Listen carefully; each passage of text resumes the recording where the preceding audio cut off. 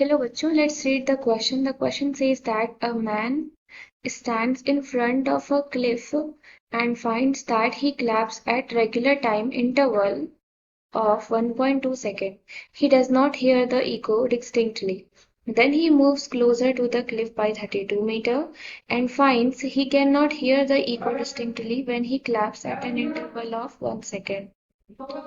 Find the velocity of sound waves. यानी कि यहाँ पर आपको दिया गया है कि एक आदमी है जो एक क्लिफ के सामने खड़ा है और ये फाइंड आउट करता है कि जब वो रेगुलर टाइम इंटरवल पे क्लैप करता है दैट मीन्स 1.2 सेकेंड जो रेगुलर टाइम इंटरवल है तो उसको इको डिस्टिंक्टली सुनाई नहीं देती है। फिर वो क्या करता है कि वो क्लिफ के 32 मीटर और पास जाता है और फिर भी वो देखता है कि उसको तब पर भी इको सुनाई नहीं दे रही होती है जब वो 1 सेकेंड के टाइम इंटरवल पे क्लैप करता है।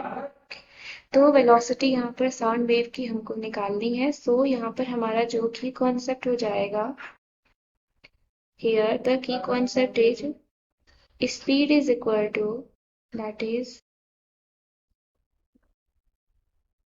speed is equal to distance into time। Speed हमारा यहाँ पर है डिस्टेंस इनटू टाइम। तो अब सबसे पहले हम देखेंगे कि जब मैन क्लिफ के सामने खड़ा हुआ है तो वो उसको इको सुनाई नहीं दे रही है, डिस्टिंक्टली नहीं सुनाई दे रही है। इसका मतलब ये नहीं हुआ कि सुनाई नहीं दे रही है, तो उसको इको सुनाई दे रही है 1.2 सेकेंड के बाद। That means when a man is standing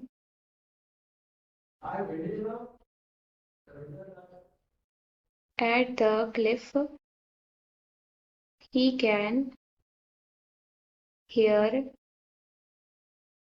echo after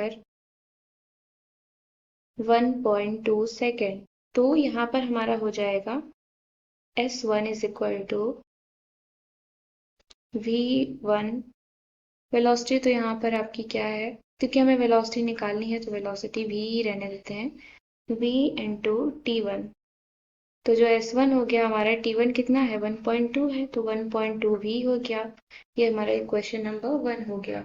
अब हम तब देखेंगे जब टाइम इंटरवल हमारा क्या है 1 सेकेंड है और वो 32 मीटर आगे की तरफ भी चला जा रहा है। So when man moves 32 metre towards cliff, cliff की तरफ 32 मीटर बढ़ता है तो he can hear echo after 1 second. उसको 1 सेकेंड की बात सुनाई देती है। दैट मीन्स S2 हो जाएगा हमारा V into T2। So S2 is equal to T2 हमारा है 1 सेकेंड, दैट मीन्स, और S2 हम लिखेंगे यहाँ पर कितना,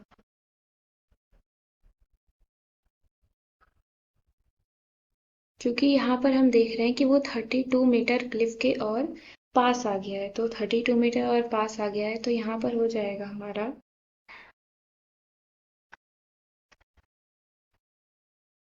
S1। इसमें से हम 32 माइनस करेंगे। 2 यहाँ पर इसलिए कर रहे हैं क्योंकि यहाँ पर हमको इको सुनाई दे रही है, 2 से इसलिए मल्टीप्लाई हो रहा है, डिस्टेंस डबल हो जाता है ना वहाँ पे। सो V इंटू 1। सो S1 हमारा हो गया यहाँ पर V प्लस 64। ये हो गया हमारा इक्वेशन नंबर 2। तो अब हम इक्वेशन नंबर 1 और 2 को इक्वेट करेंगे। That means equating equation number 1 and 2। तो हमें क्या मिलेगा, 1 हमारा है 1.2 भी, दैट हम यहाँ पे 1.2 भी सब्सटीट्यूट कर देते हैं। सो V प्लस 64 इक्वल्स टू 1.2 भी। सॉल्व करेंगे फर्दर हम तो V इक्वल्स टू आ जाएगा 64 अपॉन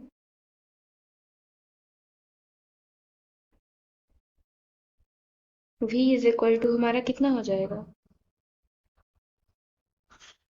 ये है आपका 1.2 भी, माइनस करेंगे तो कितना आ जाएगा 0.2, दैट इज 0.2।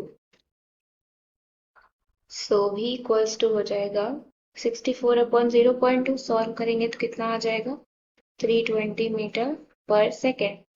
तो यानी कि जो वेलोसिटी हो गई साउंड वेव की वो कितनी हो गई 320 मीटर पर second. I hope you understood it well. Thank you and best of luck.